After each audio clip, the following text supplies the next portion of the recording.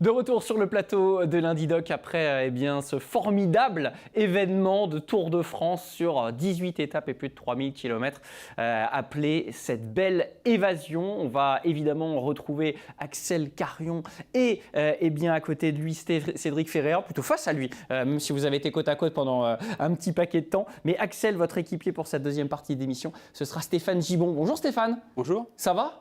Parfaitement. Bon, vous êtes président de la commission longue distance au sein de la FF Vélo, la Fédération Française de Cyclotourisme. Vous avez quand même gardé l'ancien nom juste en dessous, c'est ça, hein? C'est toujours le nom officiel de la fédération. D'accord, c'est pour rappeler aux habitués que tout n'a pas changé. La FF Vélo qui a donc eu un regard, j'imagine, très particulier autour de cette aventure. Le voir, ce documentaire, ça vous a fait quoi? Ça vous a rappelé des événements personnels ou des courses que vous pouvez être amené à organiser? Non, mais c'est l'ADN des voyages à vélo, c'est-à-dire des rencontres, voir du paysage et on va dire passer outre des difficultés qu'on peut avoir sur les randonnées ou sur les voyages perso. On verra dans quelle mesure la Fédé et vous-même avez pu aider ces messieurs dans leur épopée, dans leur aventure. J'ai demandé un petit peu le regard qu'avait pu avoir Stéphane. Vous, messieurs, qui l'avez vu des dizaines de fois, ce doc, ça fait quoi de le revoir? Il y a un moment qui rejaillit, qui est un peu plus fort que les autres. Question de journaliste, ça, j'en conviens. Axel? Moi, c'est souvent, pour l'avoir regardé plusieurs fois, c'est le Mont-Saint-Michel. Ah oui. C'est le Mont-Saint-Michel, parce que déjà, j'y étais jamais allé. J'avais jamais eu cette possibilité d'y aller. Y arriver à vélo et dans ce contexte-là, je ne sais pas si ça pourrait être reproduit dans une vie. Et c'est le souvenir d'une vie. En plus, avec le contexte du couvre-feu et d'arriver à se loger sur place. Et vraiment, c'est pour moi le souvenir le plus vif. Ces images là de fin de journée où il est 17h passé, vous ne savez pas où dormir, mais vous avez l'obligation quelque part de poursuivre votre route parce que voilà, c'est le Mont-Saint-Michel au bout, vous avez envie d'y aller, mais il y a la possibilité d'arriver trop juste pour aller ailleurs. Et on voit cette arrivée magnifique donc au niveau du Mont-Saint-Michel et cette course pour avoir un endroit où dormir tout simplement. C'était un endroit et un moment assez magique du documentaire, effectivement. Mais on est coincé en plus, on est coincé sur place. En l'occurrence, il reste quelques minutes avant que le couvre-feu, entre guillemets, sonne les cloches. Et on a l'opportunité d'attraper quelque chose à manger pour pouvoir passer la nuit. On cherche avec Cédric un endroit pour bivouaquer. Maintenant, dans le Mont-Saint-Michel, il y a des caméras partout, c'est un peu compliqué de se cacher, quoi. Et du coup, on va taper à la porte de l'église. C'est clé, là, c'est énorme quand on voit avec le petit on va voir le père Henri pour discuter, et essayer de le convaincre de nous loger. Et finalement, c'est ce qui se produit, quoi. C'est énorme. Et le lendemain matin, dévaler les rues du Mont-Saint-Michel, ces rues vides, c'est vrai que c'est assez unique. De votre côté, Cédric, pareil, même expérience, même moment un peu insolite, ou il y en a d'autres qui vous ont plu? Pour continuer sur cet épisode du Mont-Saint-Michel, là, c'était vraiment très tendu parce que on était livrés à nous-mêmes, parce que tout était fermé. Ah oui. Et pour moi, dans ma tête, à ce moment-là, c'était clair. Il fallait faire demi-tour pour sortir du Mont-Saint-Michel, parce qu'on ne pouvait pas rester dans la rue, couvre-feu, et refaire au moins 10 km avec le vent de face, trouver un coin pour se loger. Axel, là, il a été très très bon de négocier un petit logement avec le père Henri. Mais moi, quand je revois plus le documentaire, lui, pour son beau moment, moi, je pense au mauvais moment. Donc, ça, c'est des histoires de caractère, finalement. Ouais, c'est que les bons moments, ça passe. Mais ce qui m'a le plus marqué, c'est vraiment les moments très difficiles. Quand on était au début dans la région de Grenoble, sous la neige. Au tout début de l'aventure. Au tout début de l'aventure. Où en plus, moi, j'avais pas d'entraînement. Donc, j'avais mal partout, des courbatures de dingue. Quand on a été accueillis par Mélanie aussi, puisque c'était le moment du couvre-feu, dans ma tête, c'était certain, on serait dehors à moins 10 degrés. Et finalement, Mélanie nous a sauvé la vie à ce moment-là. Et aussi, dans la deuxième partie de l'aventure, sur la côte atlantique, quand Axel veut essayer de prendre un raccourci pour arriver dans les temps au couvre-feu et qu'on se retrouve embourbé dans des marais. Ah, l'étape des marais, celle-là. Ouais, dans la boue, je tombe dans la boue. On la voit d'ailleurs là à l'écran. Effectivement, c'est là où je tombe dans la boue. C'est très chaud cette 12e étape. Là, on sent que vous êtes un petit peu sur les nerfs. On aura l'occasion d'y revenir. Donc vous voyez le verre un petit peu plus vide. Et ça, c'est marrant qu'Axel, c'est des traits de caractère qui se révèlent au fil de cette aventure. On apprend aussi, nous, à vous connaître au fil des kilomètres. Mais évidemment, ce sont plutôt les cyclotouristes, voire les sportifs accomplis que l'on voit surtout durant cette épreuve, durant cette compétition que vous faites à vous-même. allons essayer de vous connaître un petit peu plus. Axel, on l'a dit avant le documentaire, donc vous, un fou de vélo au point d'en faire aujourd'hui votre métier, mais comment il est venu dans votre vie, ce vélo, cette petite reine, et puis surtout comment elle s'est installée progressivement dans votre quotidien? Qui êtes-vous, le cycliste et surtout l'amoureux de vélo? Déjà, ça fait pas très longtemps que je fais du vélo. Donc Sans blague. Je pense que je suis très loin d'être fou. En fait, je suis juste passionné par cette machine. Et la passion, elle est venue un petit peu de la même manière que celle que j'ai essayé de communiquer à Cédric, c'est-à-dire par l'intermédiaire d'amis qui m'ont proposé un jour de m'engager sur un voyage à vélo alors que j'avais jamais touché un vélo de ma vie. C'était en 2011 et où je suis allé traverser l'Europe de l'Est, la Slovaquie, l'Ukraine, la Roumanie et la Moldavie sur 1200 km. Et de ce voyage-là un peu initiatique, parce qu'on est parti avec des vélos un peu plus chargés, il y avait plus de matos encore que ce qu'on avait avec Cédric, il y a eu une passion qui est née à ce moment-là grâce à mes deux amis qui m'avaient proposé de partir en voyage. Et puis c'est une expérience que j'ai renouvelée chaque année comme un rituel. Et puis petit à petit, comme beaucoup de choses dans la vie qu'on ne contrôle pas, c'est devenu un peu mon métier. Et que j'essaye aujourd'hui de communiquer au plus grand nombre pour mettre les gens à vélo en fait, et au voyage, parce que c'est ma passion vraiment le voyage à vélo. J'allais vous demander effectivement finalement le cocktail magique de cette fameuse recette de la fidélisation et de l'amour pour ces déplacements, le voyage, le dépassement de soi, j'imagine aussi à chaque fois l'idée qu'on reviendra plus fort, différent, ça doit faire partie de vos aspirations. Au-delà de l'aspect purement vraiment physique et les chiffres et se dépasser, moi vraiment ce qui me fascine dans le voyage à vélo, c'est la rencontre avec les gens.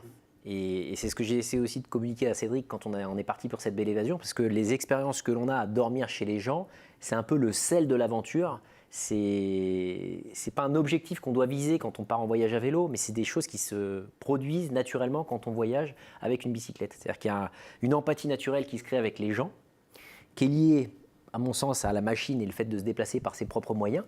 Et quelque part, c'est des expériences hors du commun, parce que vous avez la possibilité de rentrer dans l'intimité des gens, d'être accueillis, d'avoir des gestes de solidarité du quotidien qui font juste du bien et qui sont agréables à vivre et qui permettent de transformer un peu son quotidien et le regard qu'on peut avoir des gens dans une société aujourd'hui où on a quand même peur de beaucoup de choses. Ça permet de se réconcilier finalement avec des valeurs humaines profondes, et la bicyclette, c'est le trait d'union. Donc moi, c'est plus le caractère humain et le fait d'aller voir les gens à vélo qui me fascine dans les voyages. Alors après, je pousse le curseur du défi physique très très loin, mais c'est toujours dans une perspective de rencontre. Oui, parce qu'effectivement, ce curseur, effectivement, dans le documentaire, on a ce suivi kilométrique, mais ça ne ressemble pas à un enjeu premier. L'enjeu, c'est d'aller dans telle ville pour voir potentiellement telle personne qui vous a répondu favorablement, ou en tout cas que ça réponde à ces critères-là. On voit bien que le kilométrage, finalement, il est la conséquence de ça, mais pas le moteur de vos déplacements. En tout cas, c'est de la manière dont nous, téléspectateurs, on peut le ressentir. Tout à fait. Puis on avait également la contrainte que Cédric, il a un métier, il est journaliste. Moi aussi, j'organise des épreuves sportives en parallèle. Donc on avait quand même une contrainte de temps. Ça aurait pu être le Tour de France le plus lent de l'histoire, parce qu'on aurait pu vraiment, concrètement, vu le nombre de personnes qui nous ont proposé de venir dormir chez eux, on aurait pu faire 20 km, s'arrêter, refaire 20 km, s'arrêter. Et ça aurait été un Tour de France encore plus impressionnant, je pense. Donc on a fixé finalement un cadre kilométrique qui permettrait de terminer entre 16 à 20 étapes globalement. Alors il y a l'aventurier qui a reçu ce témoin et cette envie en 2011, et il y a aussi l'organisateur, je crois, le Biking Man. De quoi s'agit-il cette épreuve-là, cette compétition, où là aussi on fleure avec des grosses distances, je crois? Le Biking Man, c'est un championnat du monde d'ultracyclisme, Ouais. avec des épreuves qui sont connectées entre elles, où à chaque fin d'année, on nomme un Biking Man masculin, un Biking Man féminin, et également une équipe. Et le but, c'est de plonger les participants dans l'expérience qu'on a un peu vécue avec la Belle Évasion, c'est-à-dire faire des distances assez importantes. En l'occurrence, c'est 1000 km, le Biking Man, il faut compléter en moins de 120 heures, et en autonomie totale. Donc en fait, moi, je plonge les gens dans un contexte où ils vont faire l'expérience un peu forcée du voyage à vélo pour pouvoir se révéler à travers ces efforts, à travers cette notion d'orientation qu'il faut arriver à faire révéler, à travers cette notion d'autonomie où il faut affronter des conditions climatiques et topographiques un petit peu particulières, pour que quelque part, ils aient des moments également de suspension, des moments de réflexion avec le vélo pour peut-être repenser leur vie, peut-être changer leur vie après cet effort qui peut paraître dingue.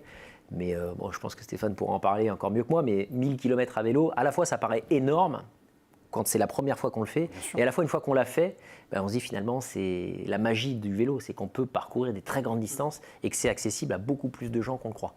Il faut quand même avoir une sacrée richesse intérieure justement pour accepter d'avaler ces 1000 km. On voit évidemment des paysages fantastiques, mais assis dans notre fauteuil, c'est beaucoup plus simple qu'au moment de l'effort. Stéphane, à partir de quel moment on peut dire, vous qui êtes spécialiste au sein de la Fédé de ces longues distances, donc au-delà de 200 km, hein, c'est ça Et souvent, ce qui est pour une épreuve sur plusieurs jours, c'est souvent 200 km qui est, qu'on va dire, qui est pris comme référence. Est-ce que c'est facile d'accès 200 km en une journée où c'est accessible à quasiment monsieur et madame tout le monde qui est en bonne santé et qui a envie de le faire surtout. Il faut effectivement tenir ça. On se met peut-être un peu trop de barrières psychologiquement. Oui, comme ce que disait Axel tout à l'heure sur l'accueil chez les gens, c'est rare qu'on ait un refus ou autre. Les gens sont toujours bienveillants pour à manger ou à boire. Et c'est pareil pour aller faire 200 km de vélo. C'est vraiment accessible à toute personne qui a envie. Ouais.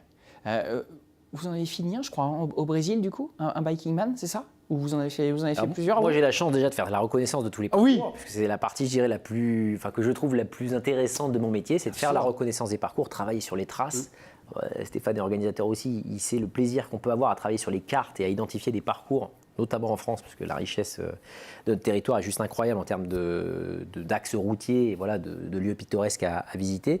J'ai eu la chance de participer à mon premier Biking Man, effectivement, au Brésil, dans la forêt atlantique, pour compléter l'épreuve qui était du coup un petit peu... Elle était pluvieuse, elle aussi. C'est un Biking Man sous stéroïdes, parce qu'il y a quand même des conditions climatiques et topographiques qui sont particulières. Ne nous dites pas ça à nous.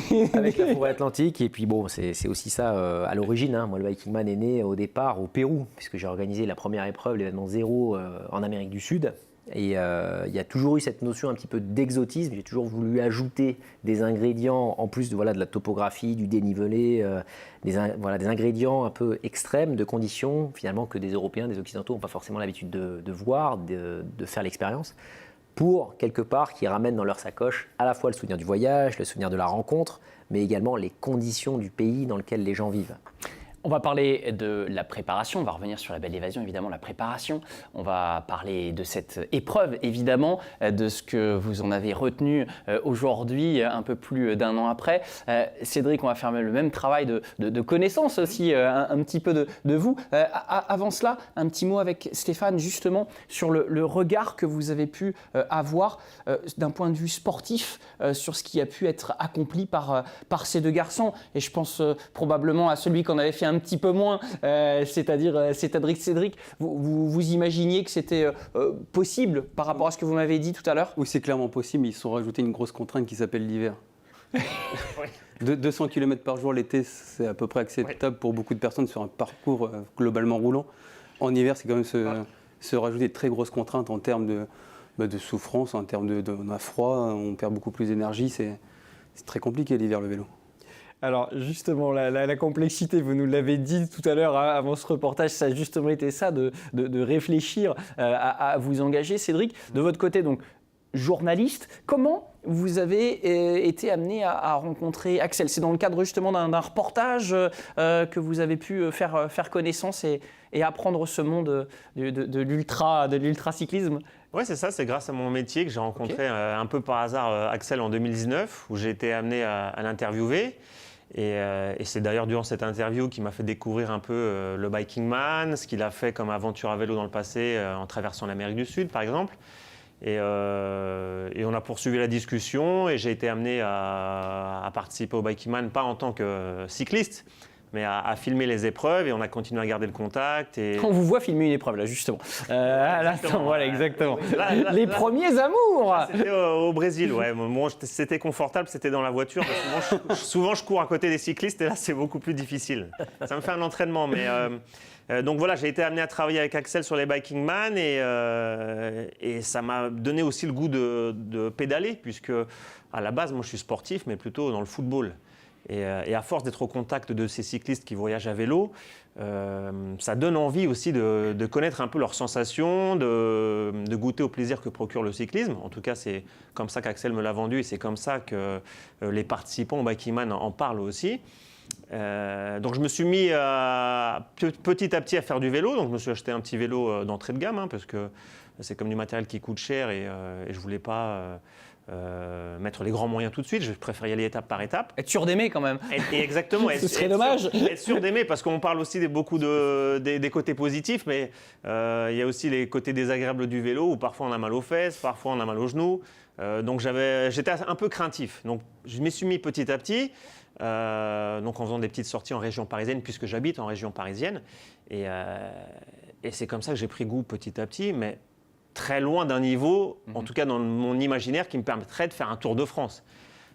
Et c'est comme ça qu'on en est arrivé en 2021, au moment du confinement, où Axel me propose de faire la Belle Évasion, alors que j'ai quasiment, je ne sais pas, peut-être 500 km dans les jambes, mais étalé sur plusieurs mois. Donc à vélo, ça ne représente rien du tout comme préparation. C'est ce qui m'a fait hésiter à m'engager, c'est de me dire, OK, ça reste accessible si on avance à une vitesse assez lente, mais si pour au bout de 5 jours, mon corps ne permet plus d'avancer, ça ne sert à rien d'aller dans le mur.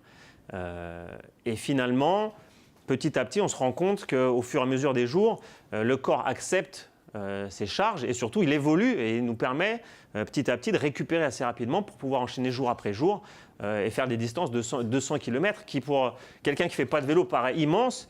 Mais finalement, si on avance sur un rythme assez lent et qu'on prend le temps, 200 km, ça reste largement acceptable. Ouais. On va voir quand même hein, sur quelques images que parfois c'était quand même Joe la complainte quand même. Hein. Ça c'est le discours après coup. Ouais, ça, c'est le discours après coup. Mais pendant l'effort, c'est pas pareil. Allez, ces petits moments où on était dans le creux de la vague, là, on était dans le dur du côté de Cédric. Ah, c'est sympa parce que la relève vient toute fraîche, alors que nous, on n'en peut plus sur chaque montée. C'est bien, on les voit devant, regarde, ça nous inspire. Allez Patrick, Ça nous donne un objectif. lance-nous de la corde là. Ça grâce, faut mettre de l'huile. Ah, ça commence à avoir les jambes lourdes là. C'est long là. Alors, cette expérience? Frigorifié, congelé. Diagnostic, douleur fesses, douleur genou gauche, douleur talon d'Achille droit. Début du jour 3, statut Cédric Ferreira. Statut, c'est compliqué. Alors Cédric, prêt à attaquer ses 200 km? C'est combien? 200. Allez, bonne journée. Bon, J'ai la rate qui se dilate, j'ai les pieds. Non, mais évidemment, on en sourit là. c'est plus facile. C'est vrai qu'après coup, c'est plus facile d'en parler, mais pendant ces moments-là, ouais, c'était dur. C'était dur parce que quand on n'a pas de préparation physique, les courbatures arrivent très très vite et on se demande toujours est-ce que je vais pouvoir repartir. Ouais. Des inquiétudes légitimes, Stéphane, mais tout à l'heure je vous entendais chuchoter que finalement pour partir dans ce genre d'expédition, pour découvrir le vélo, c'est pas forcément nécessaire d'avoir un équipement d'élite et qu'un vélo d'entrée de gamme, voilà, si on veut se lancer, ça peut être un conseil suffisant pour partir. Ça peut être largement suffisant. Donc il y a 2 semaines, j'ai organisé une randonnée qui partait de Nice jusqu'à Cherbourg, qui faisait 1900 km. Ouais. La plus jeune participante était américaine, elle avait 24 ans, il y avait un vélo Décathlon entrée de gamme. Voilà. Elle est rentrée à Cherbourg en 11 jours. Bon, un peu plus que le délai imparti, mais elle s'est fait ses 170 km par jour à travers le sud des Alpes et le Massif central, ce qui n'est pas forcément ce qu'il y a de plus plat. C'est sûr, avec évidemment forcément aussi quelques douleurs post-épreuve, on peut l'imaginer. Le principal étant d'avoir un vélo fiable et adapté à sa morphologie et ce qu'on veut en faire. Ouais. D'avoir les bons pneus, avoir les bons développements. Après, que ça soit un vélo lourd ou pas, ça ne change pas grand-chose. Donc du coup, Cédric, la Belle Évasion, vous auriez peut-être enlevé Belle au bout de quelques jours, non? Le titre. Pour être totalement franc, au bout de 5-6 jours, je me suis dit, OK, je ne vais jamais y arriver. Je ne vais jamais y arriver parce que j'avais de plus en plus mal aux jambes. Je commençais à avoir des douleurs aux fesses, au tendon d'Achille. Je me suis dit, non, on va aller dans le mur. Et petit à petit, grâce au conseil d'Axel, j'ai réussi à surmonter ces douleurs, ça s'est calmé. Et parallèlement, la météo s'est améliorée puisque là, on passait dans des températures positives du côté ouest de la France. Il y avait du soleil, donc ça a aidé. Et finalement, mentalement, on reprend le dessus et on se dit, OK, c'est bon, tout est sous contrôle, je vais pouvoir y aller. Il va falloir qu'on évoque évidemment ce paramètre météo et avec des exemples un peu tangibles, concrets, que les gens se placent un peu au cœur de votre effort, qui a dû être forcément beaucoup plus complexe. Avant cela, on parlait de la Belle Évasion. On voit pendant le tournage que c'est déjà un titre que vous avez choisi, puisque vous jouez vraiment en direct sur le côté La Belle Évasion, sur ce nom-là. Pourquoi ce titre? Comment ça vous vient, si tant est que ça vienne de vous, Axel? Je pense que c'était simplement résumer ce qu'on tentait de faire. Ouais. À savoir, il y avait le couvre-feu. Les gens étaient de nouveau contraints et avec des perspectives qui étaient limitées de déplacement. On s'est dit pourquoi pas s'évader et donner envie aux gens de s'évader, puisque le but c'était ça, c'est-à-dire de partir, montrer que c'était possible de s'évader entre guillemets et que le vélo était le trait d'union de tout ça, quoi. Alors, on l'a bien entendu avant le début de l'émission, du documentaire. Le laps de temps, c'est 3 semaines entre le moment où vous y réfléchissez et la concrétisation du départ. Ce qui est un laps de temps quand même extrêmement court sur les contraintes logistiques qui peuvent être les vôtres au départ, en tout cas, même quand on a l'habitude. L'idée, elle germe à quel instant précisément dans votre tête? C'est le fait de ne pas pouvoir partir à l'étranger et de trouver un plan B, ou il y a vraiment un élément, je ne sais pas, dans votre vie perso qui vous fait dire allez, j'ai envie de faire ça? C'est le fait d'avoir de nouveau des contraintes imposées. Juste. C'est-à-dire que on a tous et toutes eu l'expérience des couvre-feux, confinements et ainsi de suite. On a vu qu'il y avait quand même un caractère assez systémique, notamment avec les cas et ainsi de suite. Moi, dès que j'ai compris qu'on allait de nouveau être mis sous contrainte pour pouvoir réduire l'épidémie de Covid-19, je me suis dit, les expéditions à l'étranger vont être rendues impossibles de facto. Qu'est-ce qu'on peut faire? Quel est le terrain de jeu accessible? C'était ça le raisonnement. C'était qu'est-ce que je peux faire avec les règles imparties? Et à ce moment-là, c'est là que l'idée de la belle évasion a commencé à germer. Et je dirais que le fait qu'au moment où Cédric a dit « OK, feu, on y va », parce que moi, je n'aurais jamais fait ce projet seul, l'idée, c'était vraiment de pouvoir le partager avec quelqu'un. Voilà, clairement, ça a été l'accélérateur pour pouvoir tout lancer et partir ensemble sur cette belle aventure. Coup de pression? Non, vous ne le ressentez pas au moment de l'appel qu'il faut dire oui? Un petit peu quand même. Ah ouais? Il me le dit pas, mais je commence à le connaître et c'est un peu un oui forcé. Mais après, surtout, la première question. En fait, il est déjà trop tard quand l'appel arrive. Ouais, Pourquoi est-ce qu'il m'a appelé? Ok, c'est plutôt comment je veux faire. Mais surtout, le premier élément qui me vient à l'esprit, moi, c'est il me propose le projet et je lui dis, mais attends, on est en pleine pandémie de Covid-19, tu veux dormir chez l'habitant, mais on va passer toutes nos nuits dehors, je te préviens tout de suite, personne ne va vouloir nous accueillir parce qu'il y avait comme une psychose autour du Covid-19, ce qui se comprenait à l'époque. Je me suis dit, mais attends, on ne va jamais dormir chez l'habitant, c'est sûr. Et ce qui m'a impressionné, c'est qu'en fait, à partir du moment où il a posté un message sur les réseaux sociaux, on a eu des messages de toute la France, mais vraiment, c'était impressionnant par tous les supports possibles, Facebook, Instagram, tout ce que vous voulez. Si bien qu'on a presque dû décaler d'une journée le départ pour pouvoir trier tout ça, voir où est-ce que les gens nous proposent de nous accueillir, dans quelle région, comment on peut faire un itinéraire qui soit assez cohérent. Là, on voit d'ailleurs les images. Quelques messages, justement. Quelques messages, mais c'était des centaines. C'était assez impressionnant de voir en fait que malgré la pandémie de Covid-19 et les déplacements contraints et la peur que ça pouvait impliquer chez chacun de nous, on a été accueillis à bras ouverts par tout le monde, quoi. Et comme l'avait dit Axel, on aura pu prolonger encore d'au moins 2 ou 3 semaines la belle évasion. Si on avait voulu, par exemple, aller en Bretagne, on avait reçu des tonnes de propositions. Mais la contrainte de temps a fait qu'on a dû parfois faire des impasses chez les propositions. Alors c'est marrant ce que dit Cédric, parce qu'effectivement, dans une logique un petit peu de protection ou de se rassurer, c'est peut-être ce message sur les réseaux sociaux, au moment du go qu'on se fait dans notre tête, c'est peut-être la première chose qu'on essaierait de sécuriser. Vous voyez que votre expérience, vous dites non, Cédric, ça va rouler ça. On n'a pas besoin de trop anticiper ces demandes-là, non? J'ai pas l'impression que c'était la première chose à laquelle vous aviez du stress, si tant est que vous en ayez. Déjà. C'est surtout que moi j'ai eu la chance de parcourir des centaines de milliers de kilomètres en voyage à vélo, dans des conditions souvent assez extrêmes. Et j'ai la chance de connaître quelque part comment se comportent les gens vis-à-vis du vélo et vis-à-vis du voyageur à vélo. Donc quelque part, j'avais une confiance intégrale dans la communauté. Et c'était je dirais la différence principale qu'on avait de vision entre Cédric et la mienne. Et c'est là-dessus que moi j'ai essayé de le rassurer. Et clairement, le message sur les réseaux sociaux a confirmé quelque chose qui se déroule en fait au quotidien. Alors là, on le montre en plus dans un contexte très particulier avec le Covid, les contraintes et ainsi de suite. Mais Stéphane le connaît aussi. La fédération sait comment ça fonctionne. Le voyage à vélo, le voyageur à vélo est très très bien accueilli systématiquement. Et ce type d'accueil que l'on a chez les gens et ainsi de suite, moi c'est ce qui m'a plu dans le vélo au départ. C'est l'Ukrainien qui m'a logé sur mon premier voyage. C'est la famille roumaine qui m'a logé, à qui on a écrit après un message pour la remercier. C'est ça qui m'a fasciné sur le voyage à vélo au départ, parce que c'est venu décadenasser plein de choses qu'on essaye de nous inculquer en ce moment, de méfiance des uns des autres, de manque de solidarité à mon sens et de manque même de respect des gens, le vélo là-dessus permet de se réconcilier avec quelque part la nature humaine.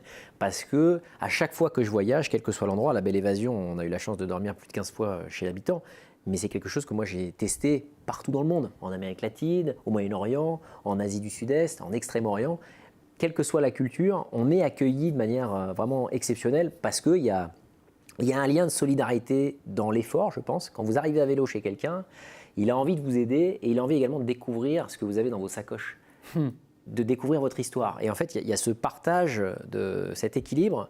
Je vous propose, entre guillemets, le gîte, mais la contrepartie, c'est quelque part, donne-moi un petit peu de ta culture, raconte-moi d'où tu viens, qu'est-ce que tu fais dans la vie. Et c'est ces échanges éphémères, très courts, et parfois même uniques, puisqu'en fait on les revoit peut-être potentiellement jamais, ces gens-là, qui font que il y a cet équilibre naturel qui se produit, qui est celui de s'entraider tout simplement. Stéphane, on vous voit complètement acquiescer et adhérer à ce... Parfaitement, et je rajoutais aussi que le vélo, pour beaucoup, c'est le premier élément de liberté. Quand on est jeune enfant, le premier élément de liberté, c'est avoir un vélo pour aller à l'école, pour sortir voir les copains. Et pour beaucoup, ça rappelle l'enfance ou le Tour de France, si on parle de souvenirs d'enfance. Mais effectivement, le vélo a cette image de Madeleine de Proust, ça nous rappelle l'enfance et les premiers éléments de liberté. Sinon, j'acquiesce parfaitement. En vélo, on n'a jamais de soucis. Votre club de Montebourg, avec vous-même en cheville ouvrière, organisé depuis 2019 la traversée de la France à vélo, je crois, à 200 km par jour c'est le principe, d'effectuer. Donc j'imagine que ce genre de projet, alors on n'est peut-être pas chez l'habitant, ça peut peut-être vous inspirer pour une prochaine, mais c'est les membres de club qui vous hébergent? Non, du tout. Là. Donc les gens partent d'un point A à un point B chaque année sur un thème divers et varié. Donc en 2019, on a fait la diagonale hyper rurale, donc c'est l'ancienne diagonale du vide pour les géographes. En 2020, qui était reporté en 2021, donc la réconciliation franco-allemande. Donc on est parti de Sainte-Mère-Église jusqu'à Belfort, sur tous les lieux des guerres franco-allemandes de la Révolution en 1945. Et cette année, on a suivi le livre de Sylvain Tesson sur les chemins noirs, mais on l'a adapté en route blanche. C'est des thématiques ultra précis, ultra sympa ça. Oui, avec beaucoup de petites routes, avec énormément de choses à voir, avec un guide de voyage très détaillé pour rien louper entre guillemets des territoires traversés. Et il y a beaucoup de gens effectivement aussi qui vont frapper chez les gens, que ce soit pour manger, pour boire ou même pour dormir. Et encore cette année, il y a des gens qui ont été hébergés. Et ça arrive assez régulièrement. C'est déroulé du 4 au 12 juin, cette édition, cette année, donc c'est tout frais. Et même en vélo, pour bivouaquer chez des gens, ça ne pose jamais de soucis. Rarement de soucis, il y a toujours des refus, mais c'est rare qu'on refuse l'hospitalité à quelqu'un qui est en vélo. Donc ça vous parle encore plus, cette expérience de vie de février 2021, messieurs. On a évidemment l'occasion de développer le récit, votre récit au quotidien. Malgré tout, il y a quand même ce phénomène qui nous attrape, nous, béotiens, très vite, c'est la météo. C'est-à-dire qu'on a un panachage là au moment de vous lancer. Vous le savez, mais vous le savez en partant qu'on est en plein hiver. Mais est-ce que vous vous attendez à tout vivre finalement, à vous retrouver au milieu d'un bulletin météo d'Evelyne Delia là, pendant 18 jours, Cédric? C'est une des contraintes aussi. Quand il me dit on va faire un Tour de France en plein février, je lui dis mais attends, on est en plein hiver. Trop compliqué. Mais la malchance qu'on a eue, c'est qu'en fait, au moment où on décide de partir, ça tombe plus ou moins dans une vague de froid qui s'abat sur toute la France. Donc d'entrée de jeu, en fait, on part avec des températures négatives alors qu'on est sur la Côte d'Azur. Ouais. Je sais que pendant une semaine, ça va être la galère. On va être tout le temps dans le froid. Alors même si on a l'équipement, mentalement, de se dire les températures sont négatives en permanence, c'est assez compliqué, ouais. Vos proches, ils en pensent quoi dans le processus de décision qui est le vôtre après l'appel d'Axel Ma mère est très protectrice, donc du coup... n'y va pas. Non, n'y va pas. Non, mais clairement, non, t'es fou, tu vas jamais y arriver, n'y va pas. Bon, c'est pas que c'est compliqué à gérer, mais ça nous met pas en confiance, vous voyez. Après, il y a les mots rassurants d'Axel, et puis quelque part, ça met un petit peu un challenge, puisque mes proches estiment ou pensent que je ne vais pas y arriver, j'ai envie de les faire mentir aussi. Moi, c'est mon petit côté compétiteur. Il y a le côté découverte de la France à vélo, mais aussi, puisque personne croit que je suis capable d'y arriver, et moi, je vais les faire mentir et j'y vais. Il a joué une petite vidéo il y a quelques mois, Axel, je crois, pour le compte de la Fédé de vélo. Quand vous vous lancez dans la longue distance, premier conseil, c'est de prendre une feuille, un crayon et mettre les craintes et les peurs. Vous l'avez donné ce conseil au moment de l'appel? Pas vraiment, vous aviez envie qu'il vienne avec vous, je pense, Axel, non? Non, mais après, il n'a pas réfléchi très longtemps. Et bon, maintenant, on se connaît avec Cédric. Combien de temps? Vous donnez la réponse combien de temps? Je crois que vous le dites dans le doc, J'ai mais... pris maximum 48 Ouais, heures. c'est ça, 40, ok. Le Ça va vite. temps de voir avec ma petite amie, avec le boulot, d'entendre les mots rassurants d'Axel. Et je lui dis ok, on fonce. Puis on avait le facteur météo. Bon, moi, j'ai la chance de faire partie d'une grande famille. Et j'ai un de mes frères à qui je fais un clin d'œil qui nous a quand même conseillé sur la partie météo. Il m'a dit c'est simple. Si tu fonces vers le nord, vers Grenoble, tu vas aller taper l'orage. Il m'a dit c'est la stratégie du Vendée Globe, quoi. Fonce dans la perturbation, puisque derrière vient le beau temps. Si tu prends à l'ouest, donc dans le sens horaire, parce que là on a pris le sens anti-horaire, ça va être sympa. Par contre, tu risques de taper l'orage au retour. Et vu qu'on avait les Alpes à franchir, je dis on va foncer dans la perturbation, on va passer le plus dur. Après, ce sera meilleur. Et au final, c'est ce qui s'est passé. Sur les conditions climatiques, ça fait partie aussi de l'expérience du vélo. Moi, j'adore me plonger dans les conditions climatiques un peu extrêmes parce que ça rappelle à quel point les exploits d'aujourd'hui, c'est le quotidien des gens d'hier. C'est quelque chose que j'aime bien expliquer comme ça parce qu'on vit dans une structure sociale et dans une société où quand même on a beaucoup d'assistance de partout, beaucoup de confort technologique qui arrive. Et le vélo, ça permet de se rappeler à quel point finalement comment vivaient nos ancêtres et de se souvenir des conditions dans lesquelles ils vivaient.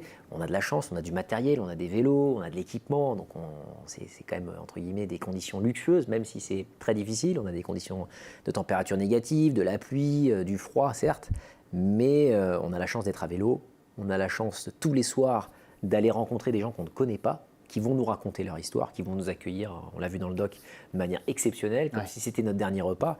Et ça, c'est une énergie presque sans limite, parce que le matin...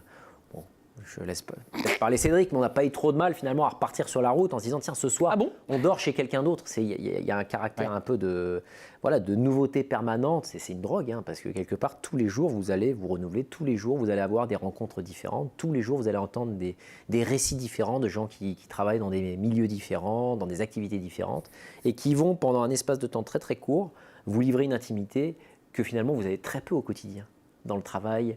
Dans vos relations quotidiennes, souvent on aborde beaucoup de superflu, mais rarement de l'essentiel. Alors que là, on est sur que de l'essentiel. On est rentré un petit peu déjà dans la course, dans cette immersion avec vous. Je voudrais revenir un tout petit peu en arrière sur cette phase un peu préparatoire. Vous avez abordé la météo avec l'un de vos frères.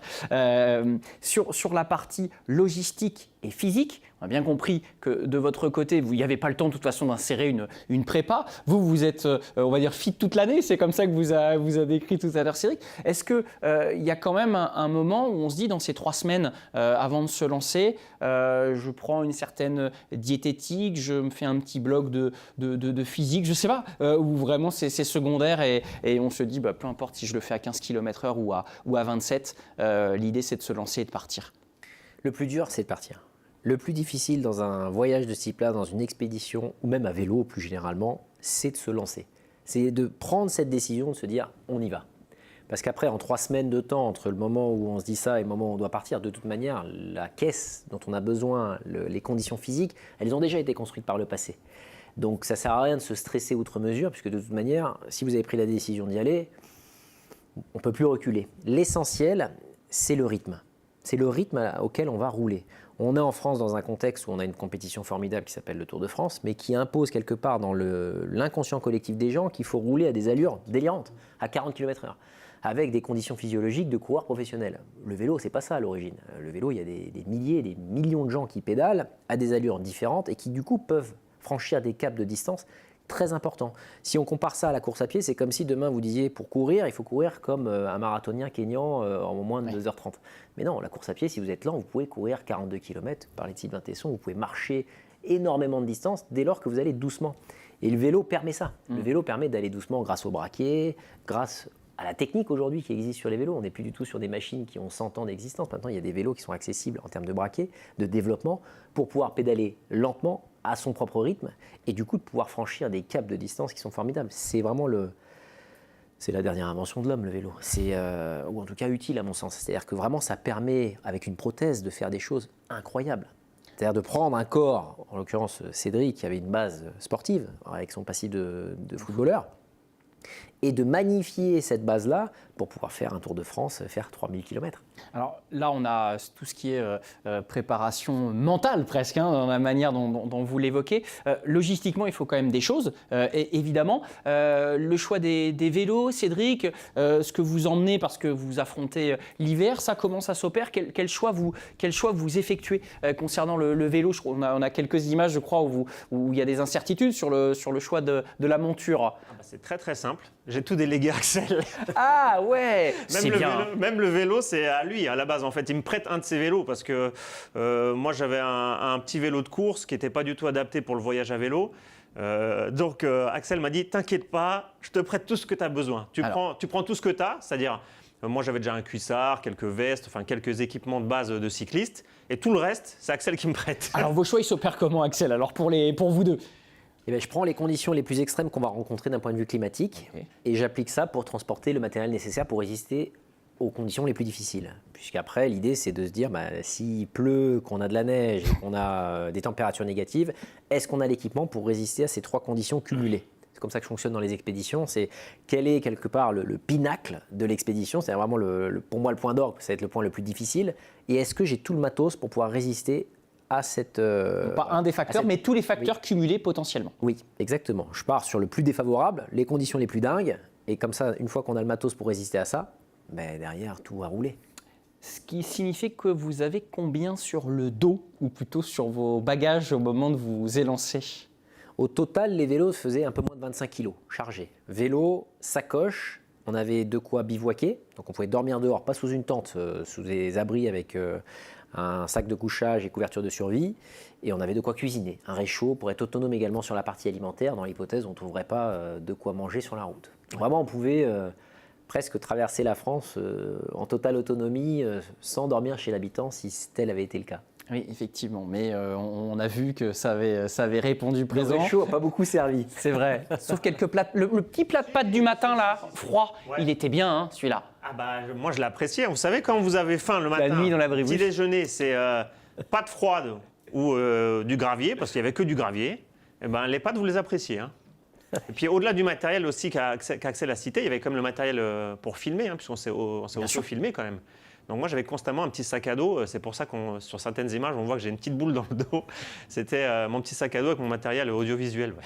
Alors justement, cette question-là, l'idée de rencontrer des gens, cet aspect humain, il est fort. Cet aspect de passion autour du vélo, il transpire aussi. Mais cette volonté de le montrer aux gens et de rendre accessibles ces récits-là, ça vient d'où, Axel? Ça vient d'une frustration au départ, c'est que depuis 2011, 12, 13, 14, 15, j'ai pas arrêté de voyager à vélo en Europe de l'Est à plusieurs reprises, en Afrique du Nord, en France, en Amérique du Sud, et j'ai toujours été frustré du coup de ne pas pouvoir raconter à mes proches, à mes amis, réellement ce qui se passait, parce que j'avais pas la caméra, parce que j'avais pas de quoi filmer entre guillemets, et je me suis toujours dit punaise, mais ça serait quand même bien à un moment donné de ramener ces images pour raconter à quel point c'est génial de voyager à vélo. Et quelque part, ça a été aussi un des moteurs de cette belle évasion, c'est que, je le disais en tout début d'entretien, le fait d'aller dormir chez les gens comme ça de manière systémique et aussi rapprochée, c'est très très rare dans un voyage à vélo. On a eu de la chance en fait avec Cédric de pouvoir dormir quasiment tous les jours chez l'habitant, accueillis par les gens. Et pour moi, c'est le sel du voyage à vélo, c'est vraiment le Graal. C'est ce que je cherche à viser en permanence quand je pars en voyage ou en expé, c'est de pouvoir aller à la rencontre de l'autochtone entre guillemets. Ouais. Quoi. Là, en plus, avoir l'occasion de le filmer, de le raconter et en même temps d'avoir un effet miroir avec un ami qui me renvoie ça parce qu'il le vit pour la première fois. C'est la première fois qu'il dort dehors, c'est la première fois qu'il dort chez l'habitant et c'est ce qui s'est produit en 2011 quand j'ai dormi chez un Ukrainien ou chez une famille roumaine. Et ça, quand on arrive à le raconter, à mon sens, j'espère que c'est ce que penseront les téléspectateurs, ça donne envie finalement de se lancer dans cette aventure qui est le voyage à vélo pour vivre ce type d'expérience authentique. Stéphane, vous vouliez ajouter quelque chose peut-être? Alors, par rapport justement à ce que vous nous disiez tout à l'heure sur le roadbook, sur votre propre course de votre côté, où les roadbooks étaient assez précis, là, c'est un peu moins votre cas finalement. Je crois que vous tracez une ligne pour aller d'un point A à un point B, mais finalement, vous pouvez vous orienter différemment. Qu'est-ce qui vous fait naviguer de manière très précise finalement? C'est au gré des kilomètres, au gré des routes que vous choisissez votre itinéraire? Alors en fait, on a 2 objectifs. Le premier, c'est déjà trouver quelqu'un qui, sur le parcours, dans un Tour de France, donc dans les 12 régions qu'on va traverser, qui se trouve entre 160 à 200 km de là et qui nous a proposé de venir. Donc déjà une identification géographique du lieu. Et deuxièmement, donc pour certains, ça s'est fait même avant de partir, puisque les premières réponses, elles arrivent assez vite. Il y a une centaine de messages très tôt. En fait, ça s'est organisé pour la première nuit. C'est la première nuit qui nous a permis de déterminer à Thouars où est-ce qu'on allait déjà dormir la première fois, puisque ça permettrait déjà de faire au moins 180 km, de mettre Cédric en jambes, et en même temps d'avoir un point d'arrivée pour la première nuit. Mais après, toutes les autres nuits se sont gérées quasiment à flux tendu, et il y avait le facteur météo. C'est-à-dire que le but, c'était également d'éviter les massifs. D'éviter les massifs où il y avait de la neige, ou des conditions climatiques vraiment extrêmes où on ne pourrait pas passer.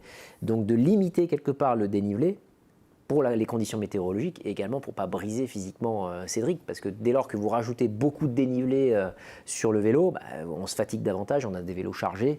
Donc il y avait également ce facteur-là, le facteur conditions climatiques et dénivelé, où on essaie quelque part de louvoyer et d'éviter les grands massifs pour arriver à bon port et pouvoir faire nos 180-200 km par jour. Alors le facteur X, c'était les gens, on l'a dit, les gens qui vous ont accueillis. On a évoqué tout à l'heure les premières réponses. On va voir quelques screenshots, comme on a dit, quelques captures d'écran de ces réponses, de ces gens qui participent. Vous nous avez fait part tout à l'heure, Cédric, de votre surprise par rapport à ce flot de réponses. Il y a eu aussi des réponses de gens qui ne connaissaient, en dernière minute, qui ne connaissaient pas votre projet. On a parlé de communauté vélo, et puis aussi, il y a des gens, vous êtes retrouvés à table avec des gens qui étaient simplement curieux de ce que vous viviez, mais avec qui vous ne pouviez pas échanger sur le braquet utilisé le jour même, quoi.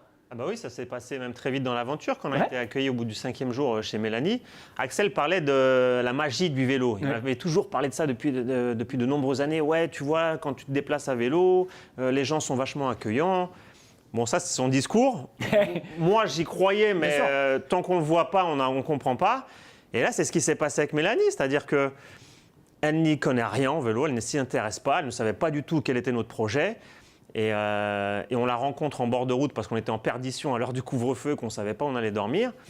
Et en l'espace de 2 minutes, Axel lui explique ce qu'on est en train de faire et elle nous dit « Pas de problème, j'habite à 1 km, venez chez moi, je vous héberge ». Et donc là, j'ai pu mesurer ce que c'était la magie du voyage à vélo, c'est-à-dire qu'en lui expliquant juste qu'on était en train de voyager, qu'on ne savait pas où dormir, tout de suite, elle nous a tendu la main, même si elle ne nous connaissait pas. Et c'était une maman célibataire en plus, donc on peut se dire qu'elle peut être encore plus craintive. Et pas du tout, au contraire, elle nous a ouvert les portes de chez elle et en 1 kilomètre, elle nous a sauvé la vie et on a pu échanger sur ce qu'on faisait nous et aussi sur sa vie à elle. Et on a fait une super rencontre ce jour-là, et ça s'est passé tout au long de l'aventure. Alors pas forcément en étant hébergé chaque soir chez des inconnus, mais tout au long de la route, quand on s'arrêtait pour déjeuner, quand on s'arrêtait pour se reposer un petit peu, il y avait toujours des échanges avec des gens qui venaient nous demander ce qu'on faisait là et qui étaient toujours impressionnés, forcément, de savoir qu'on se promenait là en faisant un Tour de France. On parle de ce 5e jour et de ces rencontres au fur et à mesure qui se finissent d'ailleurs quasiment par un joli petit peloton sur la fin. Mais tout ça n'a pas failli arriver. Quand il y a 2 aventures sur lesquelles j'aimerais m'attarder un petit peu. Vous, déjà, le premier soir, à Thouars, on a vraiment des doutes. En tout cas, le récit qui est le vôtre ce soir-là, on se dit, mais attendez, il y a vraiment un documentaire où il s'arrête le premier soir. On sent qu'il y a des doutes en vous après cette première étape, véritablement. Oui. Dès le premier soir, honnêtement, j'arrive à Thouars en compote. J'avais les jambes détruites, j'étais fatigué. Je pense aussi que je manquais d'expérience sur l'alimentation, sur comment m'hydrater. Mais bon, bref, j'arrive, je suis détruit. Et là, je me dis, OK, on a fait une étape, il reste encore au moins 15 jours sur le vélo comme ça, je ne vais jamais y arriver. En plus, c'est vrai que… Vous échangez à ce sujet tous les deux ou vous le gardez un peu pour vous en disant je vais manger mon pain noir, on verra demain, chaque jour suffit sa peine? Je pense qu'on n'a même pas besoin d'échanger. Elle voit que je suis détruit déjà. Ça se voit sur mon visage. Après, oui, je mange mon pain noir parce que je me dis, OK, quand même, garde ton calme. C'est vrai que cette première étape est quand même très difficile puisque pour sortir de la Côte d'Azur, quoi qu'il arrive, il fallait faire beaucoup de dénivelé. Je crois qu'on a fait en une journée plus de 1500 mètres de dénivelé.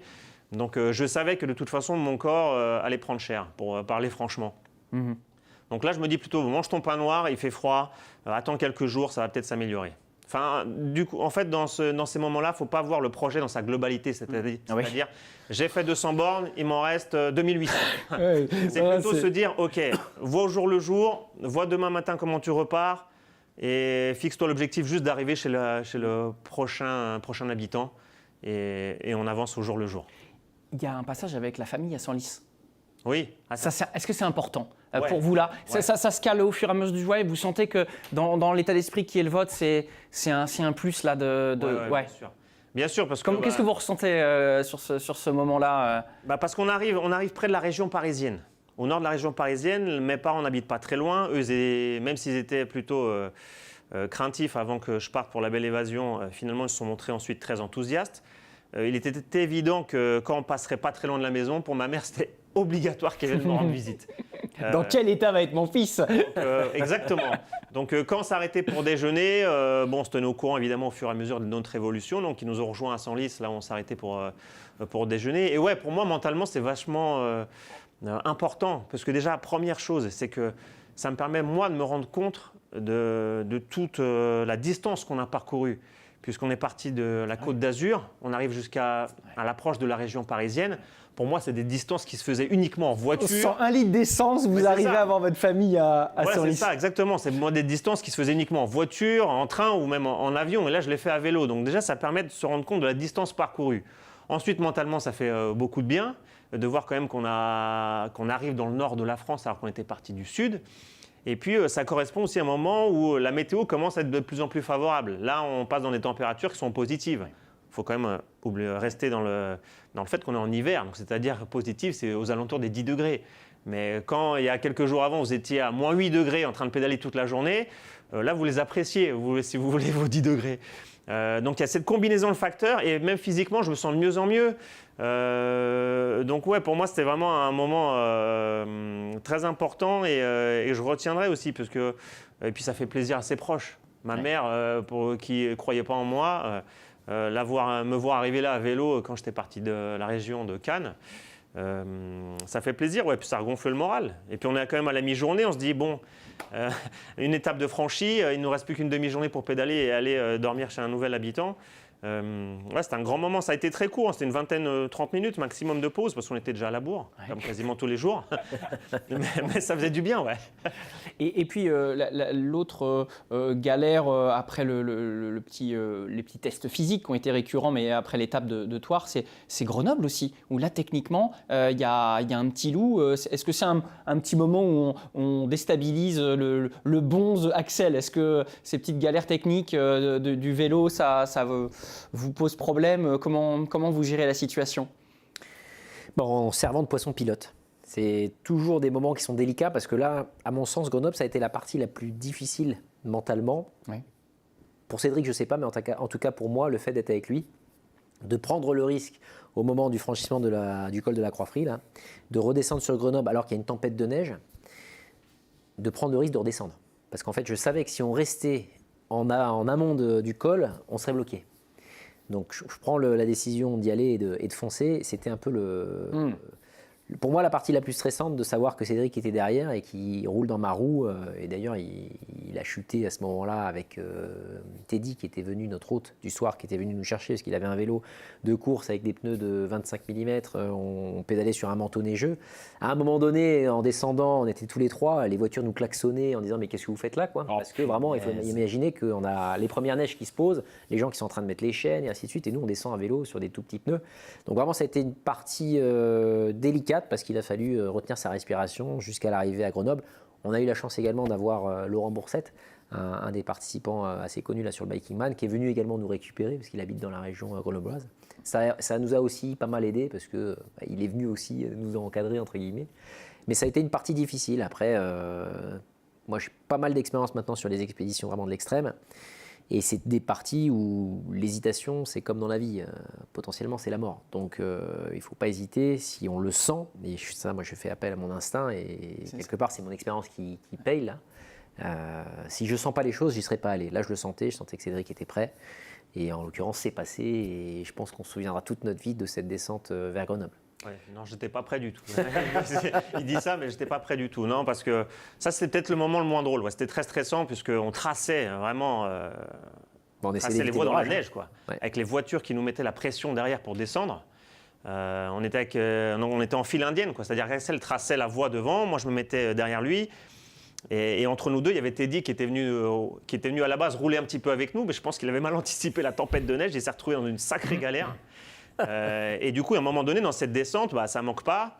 Teddy commence à zigzaguer devant moi, il perd le contrôle de son vélo, il se couche. Moi, je mets un coup de frein, évidemment, sur la neige, tout de suite, la roue chasse et on tombe tous les deux comme 2 quilles de bowling presque.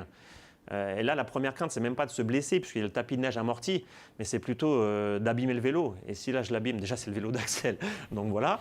Et deuxièmement, si on abîme, on casse quelque chose, on est en plein milieu de nulle part, sous la tempête de neige à 18h où tout ferme, ça pouvait carrément remettre en cause totalement le projet, quoi, tout simplement.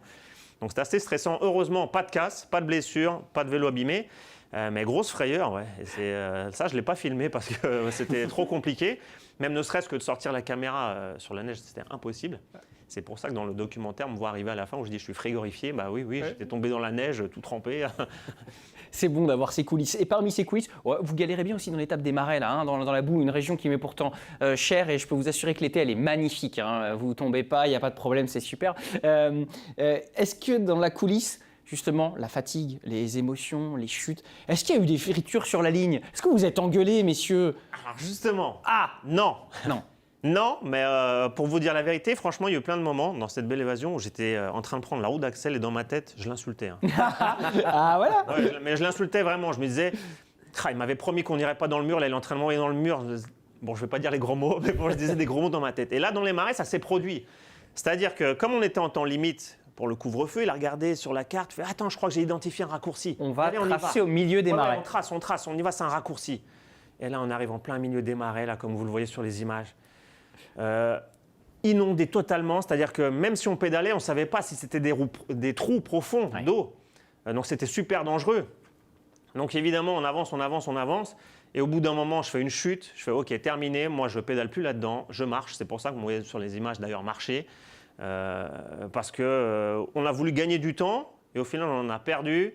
Moi, je suis tombé dans la boue, c'était démoralisant. Il était 18h, comme on le voit sur les images, c'est-à-dire que l'heure du couvre-feu était en train d'être dépassée. On n'était pas arrivé chez l'habitant, on ne savait pas à quelle heure on allait y arriver.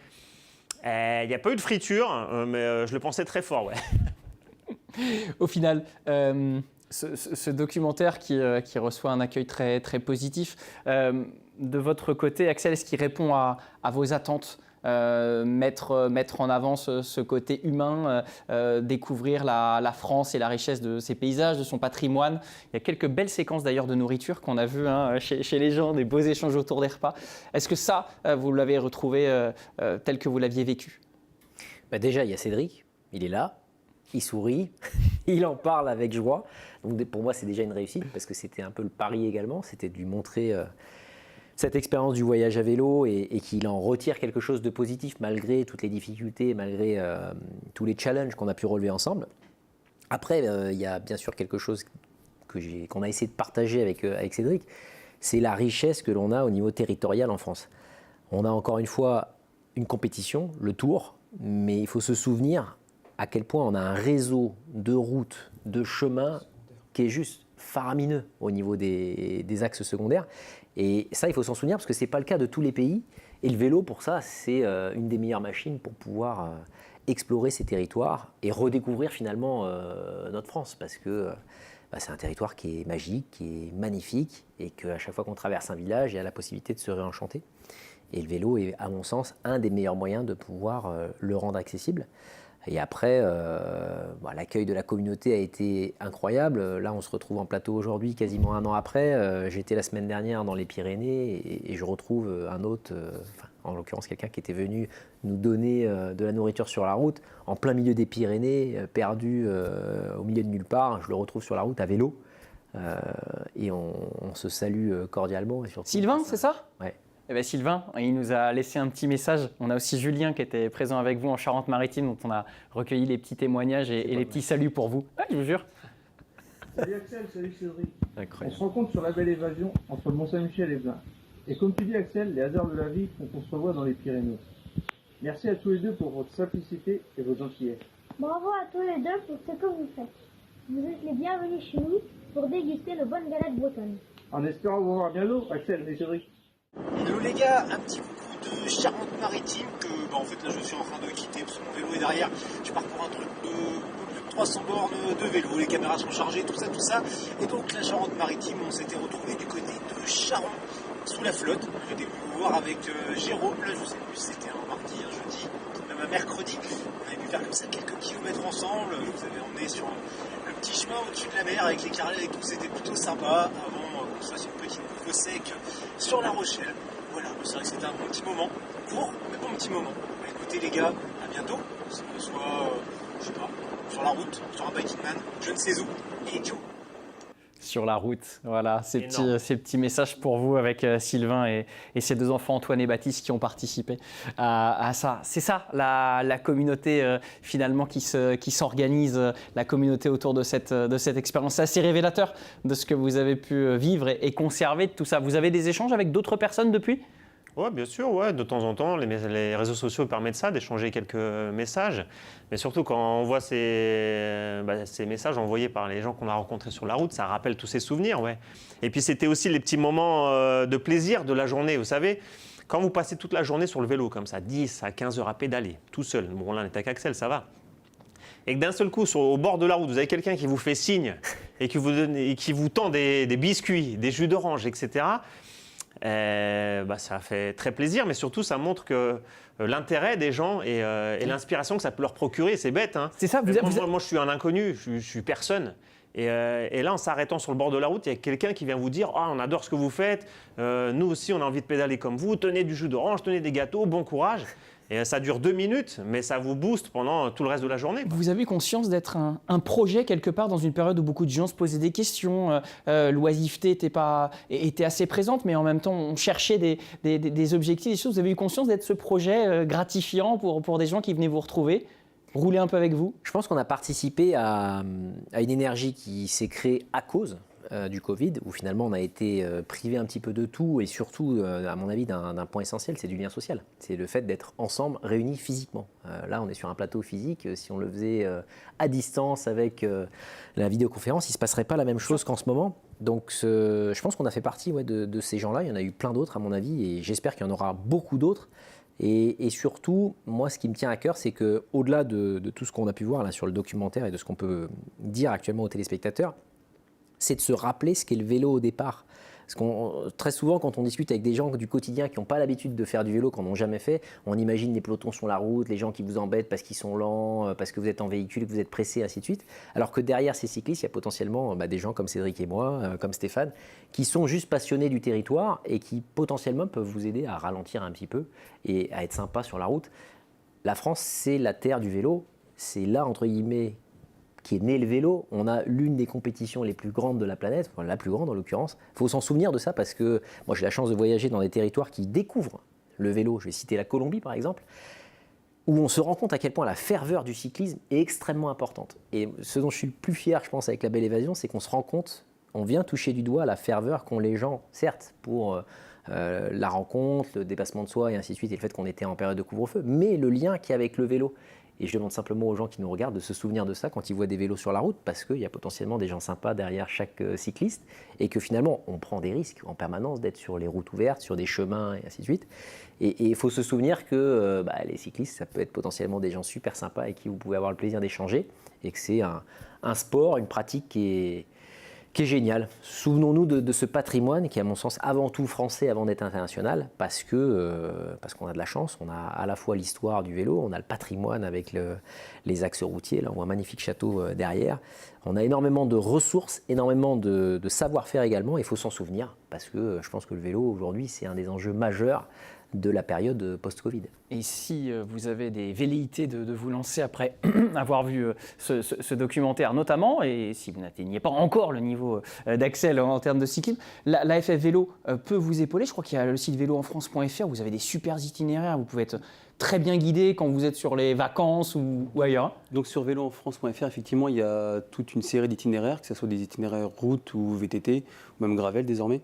Ouais. Sur des distances qui peuvent aller de la rando familiale d'une quinzaine de kilomètres à plusieurs centaines de kilomètres. On peut aussi trouver des associations, donc des clubs qui peuvent accueillir les familles ou les personnes de tout âge, de toute pratique. Il y a des clubs qui vont plutôt faire du VTT, des clubs qui vont plutôt faire des longues distances, ils sont plutôt minoritaires, mais il y a vraiment tout un panel de pratiques. Il y a aussi des clubs qui font des sorties cool pour des gens en retraite, ils vont faire 30 km le samedi après-midi.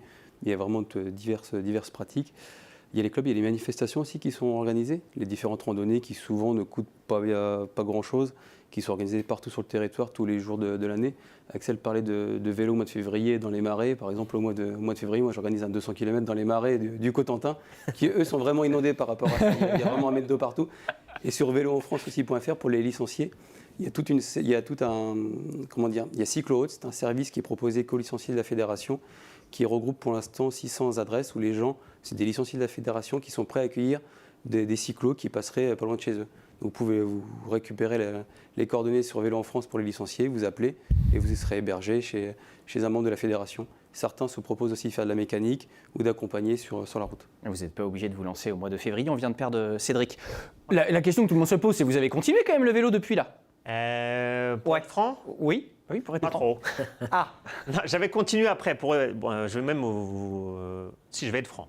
Juste après la Belle Évasion, je me suis dit, OK, je fais 2 semaines de repos et je vais me tester sur les itinéraires d'entraînement que je faisais avant. ok. Et là, je suis allé, j'explosais tous mes records, si vous voulez savoir. J'avais une forme olympique. Je ne m'étais jamais senti aussi puissant. Après, j'ai été rattrapé par la vie quotidienne et j'ai mis le vélo dans la cave. Ouais. Donc, je pédale vraiment très, très peu depuis. J'espère m'y remettre parce que j'ai quand même gardé ce goût-là. Et pour être franc avec vous, ça me manque un petit peu. Donc, j'espère très vite me remettre au vélo de façon assez régulière. Même si ce n'est pas toujours très simple en région parisienne de trouver des petits chemins tranquilles. Mais ouais, je n'ai pas pédalé comme la Belle Évasion, quoi. Donc j'ai perdu un petit peu, mais ça va revenir, j'espère en tout cas. Il est prêt pour l'épisode 2. Ouais, Voilà, ok. Et ben nous aussi. Il est prêt pour l'épisode 2. On est prêts aussi, messieurs, parce que ça a été un vrai beau moment de regarder la Belle Évasion. Vous avez réussi dans ce carnet de voyage à ne pas être redondant parce que les aventures au quotidien étaient toutes différentes, les hôtes étaient différents, vos humeurs étaient différentes. On a passé un excellent moment, en tout cas, à regarder ce doc sur Sport en France. Stéphane, merci de nous avoir accompagnés également autour de ce plateau. Axel, on espère vous voir dans vos pérégrinations encore très vite et très longtemps, surtout parce qu'on se régale et on peut voyager un peu par procuration, puis prendre un peu notre courage à deux mains grâce à votre positivisme habituel. Cédric, bon courage aussi pour votre vie professionnelle extrêmement riche. Et reprenez le vélo, hein, c'est une injonction de la partie gauche de ce plateau. Ouais, j'y compte bien. Merci de nous avoir suivis, chers téléspectateurs. Merci aussi aux équipes en régie autour de Pierre, de Lucien, sans qui ce lundi doc aurait été impossible. Bonne journée à toutes et à tous sur les antennes de Sport en France. Bye bye.